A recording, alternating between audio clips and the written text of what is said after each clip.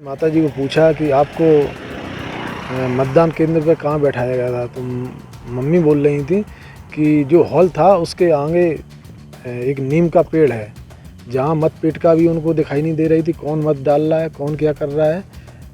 तो जब मतपेटिका नहीं दिखाई देगी तो फिर तो संभावनाएं को असंभावनाओं में बदलने का पूरा प्रशासन का तरीका रहा।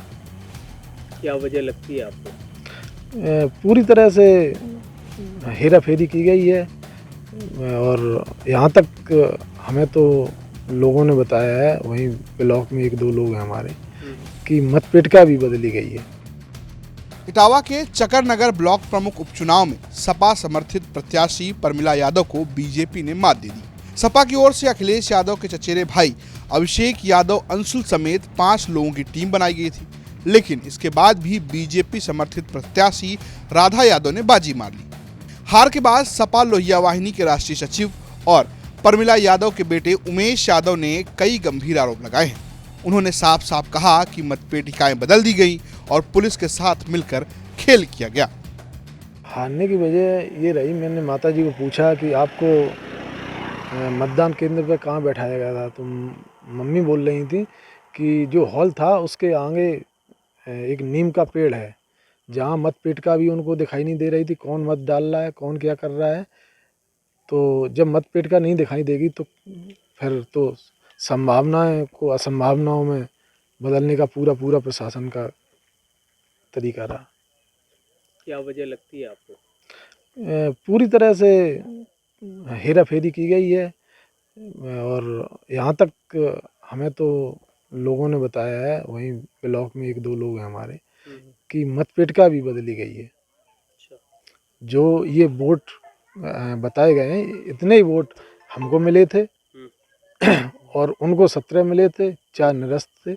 ये सेम पोजीशन मेरी थी और उसी तरह से मतपेटिका चेंज की गई। आपको कितने वोट रहे होंगे? 17 वोट हमारे रहे, 4 निरस्त करे गए हमारे। अच्छा, आपके निरस्त किए गए? जी, 21 वोट थे। अच्छा, और उनको बीजेपी वालों को कितने मिले? 23 वोट। 23 वोट। जी, तो वो निरस्त करने वालों में कुछ घालमेल लगता है क्या? बिल्कुल। वहाँ मम्मी बता रही थी कि एक वहीं अंदर थे, तो वो हमें पहले ही से समझाने लगे, किसी में बिंदी भी लगी मिल सकती है, किसी में स्याही भी लगी मिल सकती है। और जब वोट खुले तो उनमें बिंदी लगी मिली और स्याही भी लगी मिली। पहले बताने का क्या मतलब था? अच्छा, जी, इसका मतलब ये भी है कि कुछ प्लानिंग की गई है? बिल्कुल। ये सब प्लानिंग के तहत हुआ है, मतपेटिकाएं बदली गई हैं।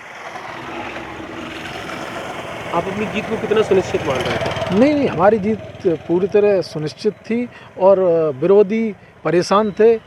विरोधी पुलिस का दबाव पड़वा रहे थे, हम पे गुंडा एक्ट की कार्रवाई की गई, मेरे लोगों को परेशान किया जा रहा था बराबर। दिन में 2-2 बार पुलिस आ रही थी, हर तरह से मुझे प्रेशर में लिया जा रहा था। उनको पूरी तरह से पता था कि मेरे विरोधी प्रत्याशी हार रहे हैं।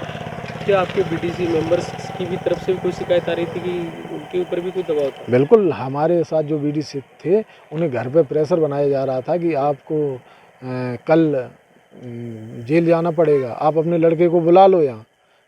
ये कई के यहाँ नोटिस, फर्जी नोटिस भेजे हैं, जबकि कोई थाने में मुकदमा पंजीकरण नहीं है, फिर भी नोटिस भेजे, उस पर 117 के दस्तखत कराए गए हैं कि ये दस्तखत करो और कल जेल जाना है। किसके इशारे पे हुआ है? ये सब बीजेपी के नेताओं के इशारे पे हुआ है।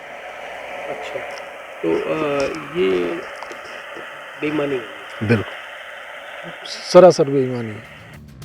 हालांकि बीजेपी नेता और पूर्व ब्लॉक प्रमुख मुकेश राजावत ने इन आरोपों से इनकार किया है। और आज भी हम लोगों ने सबने इनको बनाने का जो काम किया है, जो 26 इनके वोट आए हैं, 23 वोट, 6 वोट से हमने दर्ज की है। उसमें सभी समाज के लोगों ने मिल करके, हमारे सभी समर्थकों ने मिल करके और भाजपा की जो विजय प्रत्याशी है राधा देवी, उनको जिताया है। ऐसा माना जा रहा था कि यहाँ पर समाजवादी पार्टी के कैंडिडेट जो बीडीसी सदस्य थे उनको प्रशासन की तरफ से दबाव बनाया गया, आपको क्या लगता है? नहीं, ऐसा कोई नहीं हुआ। उसमें से हमें तमाम वोट मिले। ऐसा भी बताया गया है कि यहाँ पर जो बीडीसी थे उन्हें प्रशासन की तरफ से दबाव के साथ डराया भी गया। नहीं, डराया नहीं गया, पूरे वोट डले हैं उन्होंने के। 26 वोट हमारे साथ गए थे, 18 वोट उनके साथ गए थे। इससे पहले सपा नेता अंशुल यादव को भी मतदान स्थान पर जाने से पहले रोक दिया गया था। इटावा से अमित तिवारी की रिपोर्ट, यूपी तक।